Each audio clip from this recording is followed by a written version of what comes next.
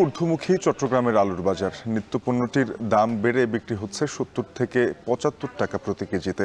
এ নিয়ে আরও জানাতে চট্টগ্রামের রিয়াজউদ্দিন পাইকারি আলুর বাজার থেকে যুক্ত হয়েছেন সহকর্মী কাজী মাহফুজ। মাহফুজ, জানাবেন গেল ২ সপ্তাহ ব্যবধানে আলুর দামে কি ধরনের পরিবর্তন আসলো?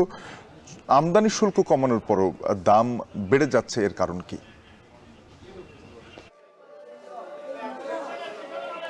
শাফিন, বছর জুড়ে যে খাদ্য পণ্যটির সবচেয়ে বেশি চাহিদা থাকে সেটি হচ্ছে আলু।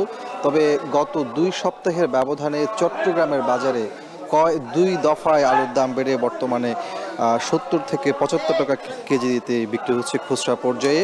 অর্থাৎ ২ সপ্তাহের ব্যবধানে আমরা দেখতে পাচ্ছি ১০ থেকে ১৫ টাকা পর্যন্ত বেড়েছে। যদিও আমরা এই মুহূর্তে রয়েছি চট্টগ্রামের আলুর পাইকারি বাজার রিয়াজউদ্দিন বাজারে, যেখানে আমরা দেখতে পাচ্ছি পাইকারিতে আজকের বাজারে আলু বিক্রি হচ্ছে ৫৮ থেকে ৬০ টাকায়, যা খুচরা পর্যায়ে ৭০ টাকার উপরে গিয়ে ঠেকেছে।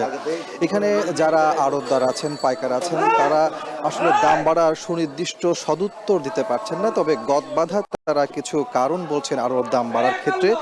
তারা বলছেন মূলত প্রতি বছর এই সময়টাতে আলুর সরবরাহ সংকট তৈরি হয়। হিমাগারগুলোতে আলুর সরবরাহ কমে যায়, যা থাকে তাও কিন্তু বীজের জন্য রেখে দেওয়া হয়, ফলে সেটি খুচরা পর্যায়ে গিয়ে প্রভাব পড়ে। গত বছরও কিন্তু ডিসেম্বরের দিকে এই সংকটটা তৈরি হয়েছিল বলছেন এখানকার ব্যবসায়ীরা। তবে এবার আগে ভাগেই সেই সংকট তৈরি হয়েছে। সেই ক্ষেত্রে তারা বলছেন আসলে এবার আগে ভাগেই সরবরাহ কমে এসেছে। যদিও আমরা দেখেছি সেপ্টেম্বরের দিকে অন্তর্বর্তীকালীন সরকার আলুর দাম বেড়ে যাওয়ার কারণে ভারত থেকে যে আলু আমদানি করা হয় সেখানে আমদানি শুল্ক কমিয়েছে, পাশাপাশি নিয়ন্ত্রণমূলক শুল্ক প্রত্যাহার করেছে। আশা করা হয়েছিল যে এর মধ্য দিয়ে আলুর দাম কমে আসবে, কিন্তু বাজারে ঠিক তার উল্টোটা হয়েছে, অর্থাৎ দাম কমার বদলে বেড়েছে।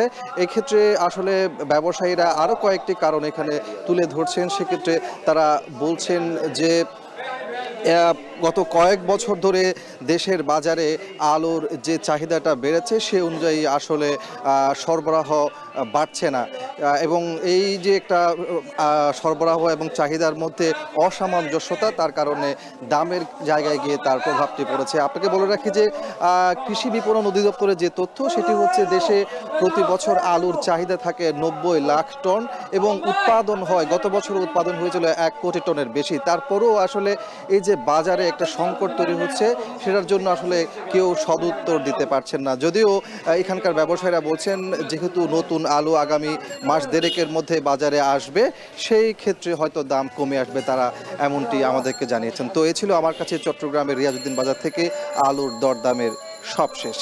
আরএফএল ওয়াটার পাম্পের অটো থার্মাল টেকনোলজি।